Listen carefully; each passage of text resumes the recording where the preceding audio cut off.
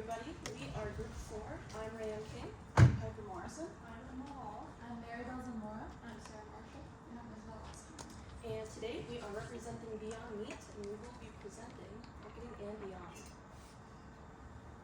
As for today's agenda, first we'll go over we'll give a little bit of history as well as our mission and vision statement. Then we'll get into our PESTLE analysis as well as our SWOT analysis.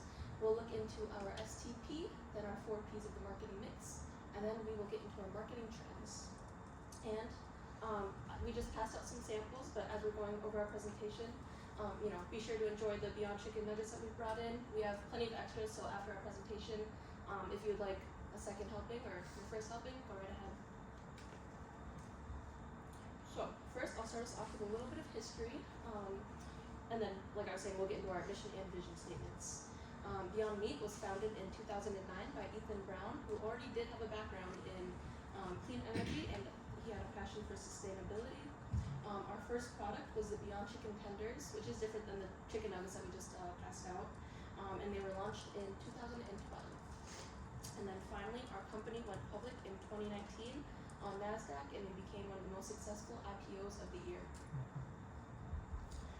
So what is our mission? Here I've included our full mission statement, but ultimately what we want is to serve love. We believe that there is a better way to feed our future, and we want to achieve that by focusing on our 4 mission pillars that you can see here. We want to focus on our human health, climate change, global resource constraints, and most importantly, animal welfare. As for our vision statement, our vision is to create a world where plant-based meats are the norm, not the exception. Through this, you can see that we wish to be the leading innovators of plant-based protein. Next, I'll be covering our PESTLE analysis today. Now, what does PESTLE stand for? PESTLE stands for the political, economic, sociocultural, technological, legal, and environmental factors that can affect our company. The first section I'm going to be covering is the political side of things. Trade policies can affect Beyond Meat due to our international outreach in many different countries around the world. International trade policies, such as tariffs, can affect the global expansion and supply chain of our company. Then we also have regulations and policies, such as food labeling, health standards, and many company regulations that can affect how our business is run.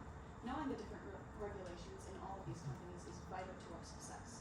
Political support can also make an impact as more people support sustainability and plant-based diets and turn against the harsh realities of meat production. The next section I'm going to be covering is the economical side of things. Markets for plant-based meat is growing rapidly, giving Beyond Meat an advantage to grow our company. Economic conditions such as inflation and changes in disposable income can affect our sales. As inflation gets higher and disposable income gets lower, our product as a normal good is demanded less. This opposite can be true as well. If inflation is lowering and disposable income is getting higher, our product is demanded more. The next section is the socio-cultural section. Consumer preferences, such as increased plant-based diets, such as veganism and vegetarianism, and sustainable food choices help our company greatly. There's also the health consciousness of people, which brings them to buy healthier options as awareness to the health issues related to meat products becomes more prevalent. Now this is a graph here about the plant-based meat market size ranging from 2016 and expanding the predictions all the way to 2027. And as you can see, our growth is very exponential and it's doing well. The slide I will be covering is the technological factors. We have innovation. Here at Beyond Meat, we heavily invest in research and development, constantly trying to improve the taste, texture, and nutritional profile of our plant-based products. Technological advancements in the food processing and biotechnology is crucial for part of our company's success, along with production efficiency. Advances in production technology can help benefit Beyond Meat's scale of operations along with reducing costs. Next is legal factors. We have food safety regulations. Compliance with food safety regulations is very important for Beyond Meat. If any issues related to food safety arise, it can negatively impact our company's reputation and sales. And the intellectual properties, protecting our technology and recipes is essential for Beyond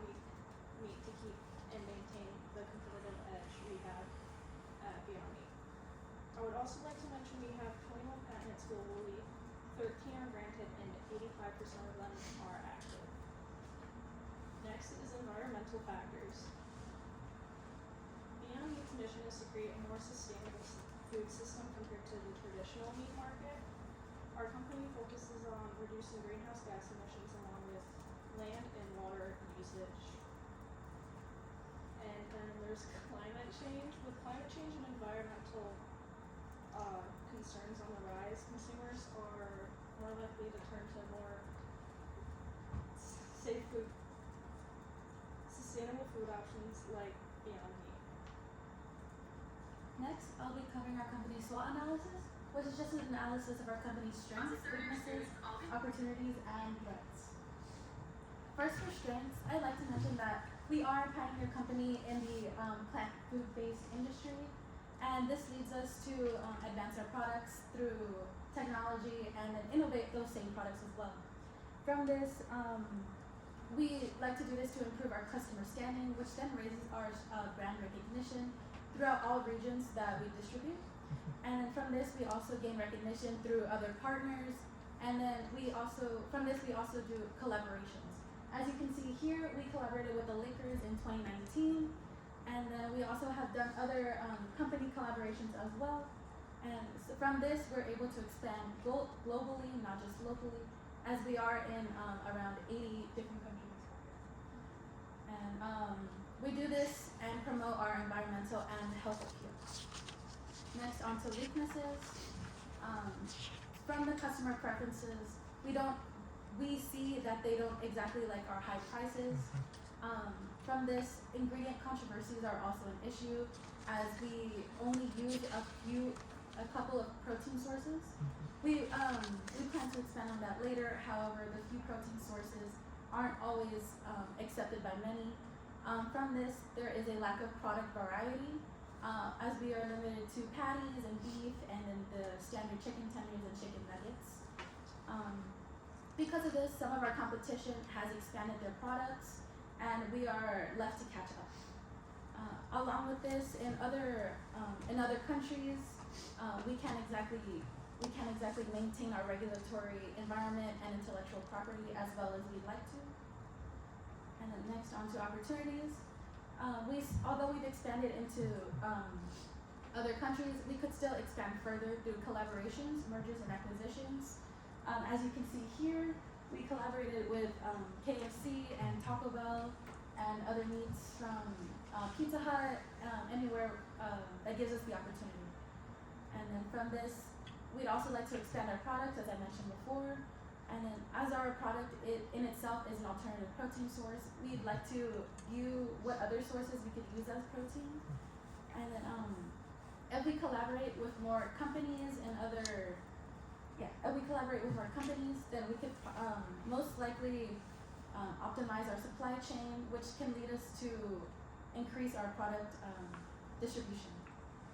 And lastly, for our threats, as I said before, intense competition is a main factor for not just locally, as seen here in Possible Meat, but also globally. I believe in India, in India they have their own products that we are competing with.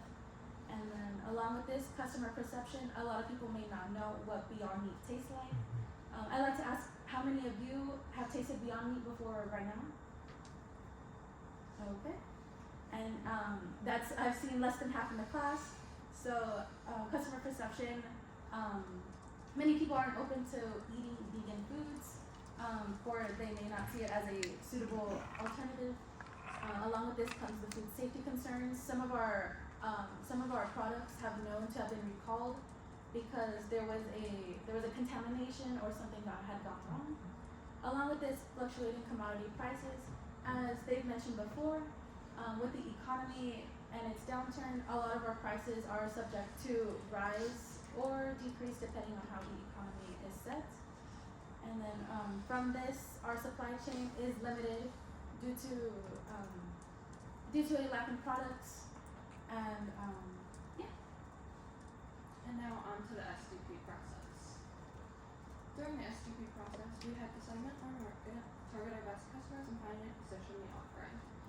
combination of these three steps ensure our company to gain the most profit available, as the right people will know about our brand and want to purchase our goods. To segment our customers, we looked into their demographics, psychographics, geographics, and behavioral aspects. As for their demographics, our customers are mainly high-income women, as 3/4 of United States vegans are women who are educated and lean politically liberal. This is consistent with the fact that people who lean liberally value sustainability, a core value of ours. Their psychographics include an interest in sustainability, as I just said, and or people that are vegan or vegetarian. As for geographics, we sell products in over 80 countries worldwide, with a big market in Europe currently. Some benefits customers reap from our products are improved health as our protein is clean, and improved environmental conditions because we use 37% less non-renewable energy, 97% less water and land, and 90% less greenhouse gas emissions than a regular beef patty. During the targeting section, we select the segment of customers that will bring in the most profit. This target market includes vegans, people with an interest in plant-based foods, and people who are environmentally conscious. These people will bring in the most profit, as this is a wide margin of people, as there are approximately 79 million vegans in the world. Now, to position our products, we will focus on quality and price. To make sure our product quality is high, we make sure our product quality is high to keep customers satisfied, and in order to ensure quality stays high, we need to reflect that in our prices. That means our prices will be high compared to regular beef, but we are producing a luxury good that is worth this high price. So I'll be discussing the 4 P's of the marketing mix, and to put things into perspective, we're going to compare our beef patty with Impossible Meats beef patty, which is our top competitor. So if you look at them, they're both plant-based burgers. However, we use avocado oil as a main ingredient, while they use soybean, and we do have a higher level of protein with a lower level of saturated fat. So nutritionally, ours are better. As for pricing, we're both priced the same for about $7 for 2 patties, which is on the pricier side. However, we are considered a premium good, so it does kind of help out with that. And the pricing does vary based off your supermarket or your retailer of choice that you go to. As for place, so something that was important to Ethan Brown, who's our founder, was that we were sold in the same aisle as real meat products. He thought that would better increase our visibility and just help more people think of it as an alternative to our meat. And we're available currently in 80 countries, while Impossible is available in 12. And they also do collaborations with chain restaurants, which is what really helps their visibility and awareness.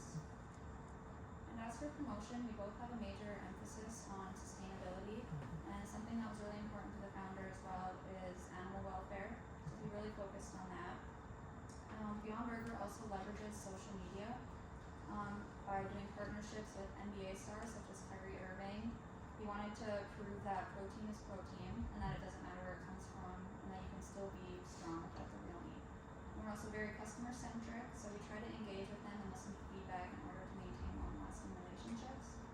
Impossible Burger is also, as I said, looking to brand itself as a meat brand, and they do engage with their consumers as well, and most of their promotion is through collaborations.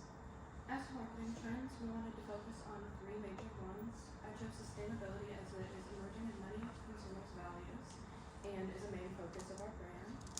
We believe caring for our planet is a top priority and want to make a real difference with our customers. Another marketing trend that's of relevance is social media. We effectively utilize the major platforms such as Instagram and Facebook to promote our products and to create a space where our loyal customers can follow along. We'd also like to focus on activism, which is where we collaborate with other companies or other campaigns such as This Changes Everything, and Healthier Resolutions. Healthier Resolutions is to promote the alternative meat lifestyle, while This Changes Everything is to promote the hopefully a positive change in global climate and in consumer health. Does anybody have any questions